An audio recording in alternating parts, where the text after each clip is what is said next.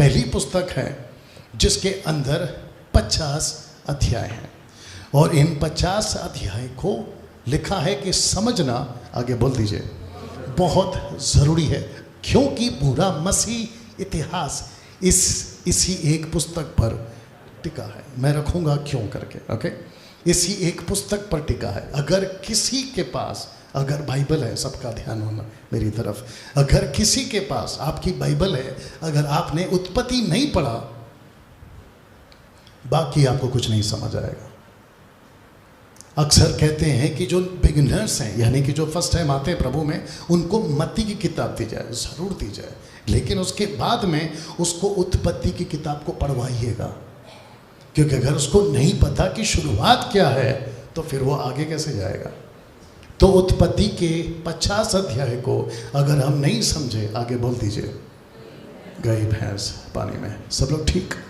Okay ना। तो जिसके चलते लिखा है कि इसको समझना बहुत ज़रूरी है। एक व्यक्ति है, उसका नाम था निकोदेमुस।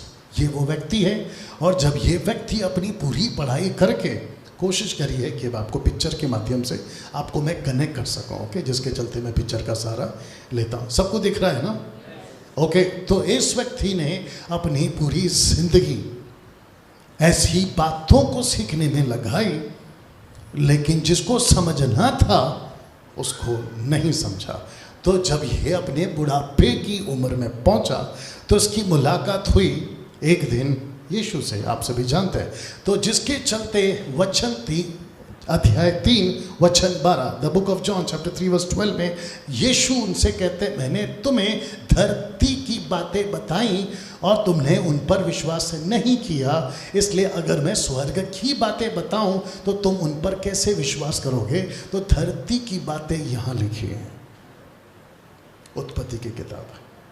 तो अगर धरती की बातें नहीं समझी तो स्वर्ग की बातें कैसे समझोगे।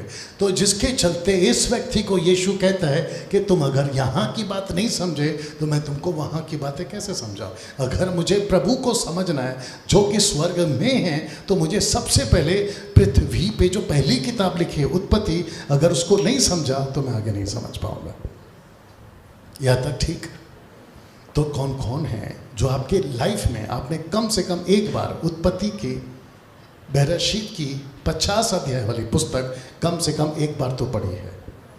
वाह। और जिसके हाथ नहीं उठे हैं, ऐसा नहीं सोचना कि आपको माफ़ी है, नहीं, आपका जो लाइफ है वो एक्चुअली रुक गया है और वो आगे नहीं बढ़ रहा है। अगर आपने अभी तक नहीं पढ़ा है तो पढ़ना शुरू करिए।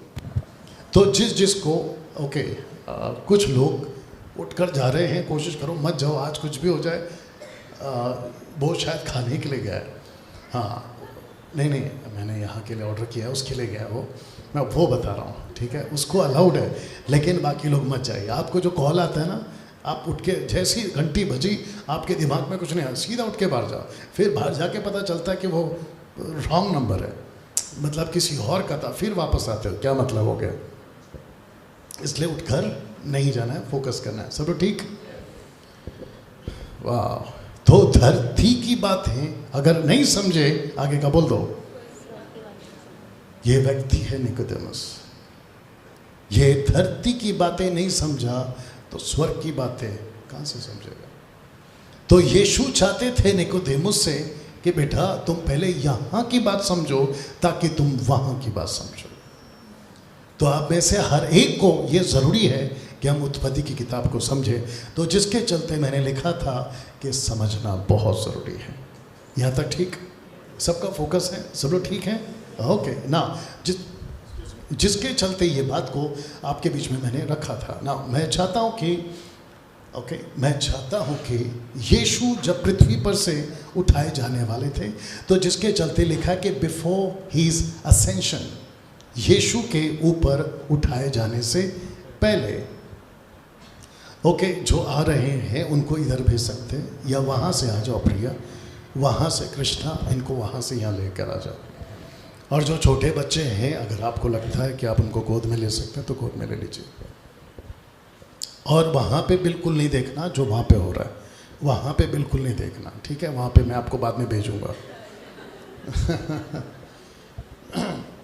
लक्ष्मी अक्का देख लेना पीछे। ओके ओके, तो लिखा है कि बिफोर हिज असेंशन, यीशु के उठाए जाने से पहले, या मेरे को पता है यहाँ से जो भी आएगा वो चाहे इधर कितना भी इंटरेस्टिंग हो, आपका ध्यान उधर जाता है।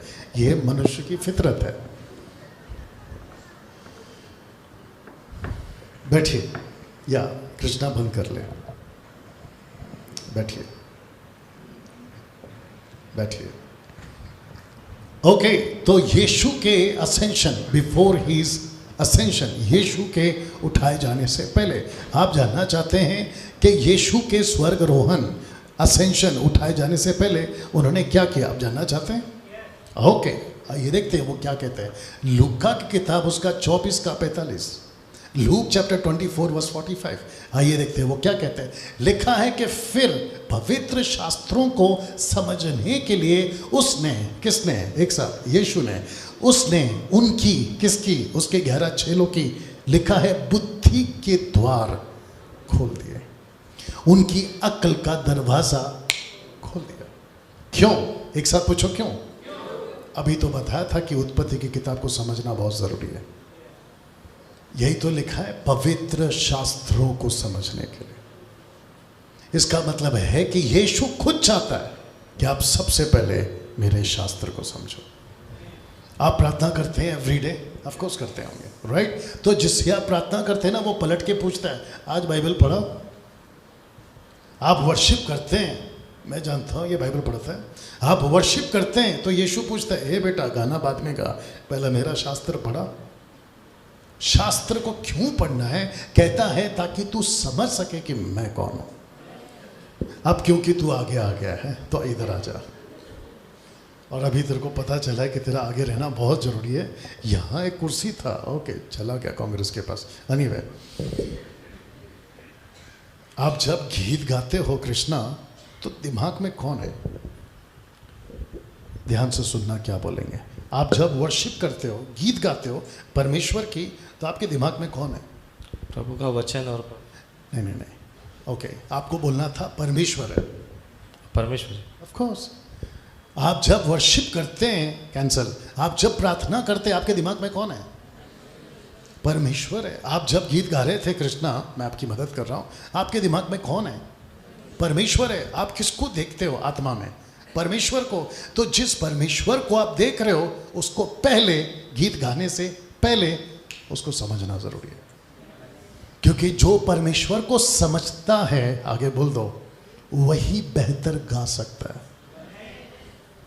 अगर परमेश्वर को ठीक से नहीं समझा, आगे बोल दो, गई भैंस पानी में। और मैं जानता हूं कि यह समझता है, और इसीलिए है बाकियों की तरह इसके मुंह से वैसे ऐसे गाने नहीं निकलते, जैसे निकलने वैसे निकलते। Thank you Krishna. वाह, पड़ोस वाले को हल्के से कोनी मारो और बोलो बात समझ में आई। ओके, आपका हाथ देखना चाहता हूं, ऐसे ही पूछ रहा हूं, आपका हाथ देखना चाहता हूं। आप में से कितने लोगों को लगता है कि अभी जो मैंने स्टेटमेंट दिया वो सही है? या शुक्रिया। और जो यहाँ पे उनको भी, जिसको मैं वर्शिप कर रहा हूं, मैं उसी को नहीं समझ रहा हूं। अच्छा डैनियल भाई, कई लोग तो ऐसे ही गाते हैं, कॉपी पेस्ट। अच्छा, कई लोग तो म्यूजिक बजाते हैं, आगे बोल दो, कॉपी पेस्ट। अच्छा, मुझ जैसे कई लोग प्रीचर भी हैं, कॉपी पेस्ट। कई लोग तो पास्टर भी हैं। बाप रे, आपको नहीं पता है, बाहर की बात कर रहा हूं, फिर भी आ गया इसलिए बोल दे रहा हूं। आपको पता है जो ओरिजिनल एक्टर होता है वो भी चल रहा है मार्केट में, आगे का बोलना था आपको, और जो डुप्लीकेट है वो भी कमा रहा है।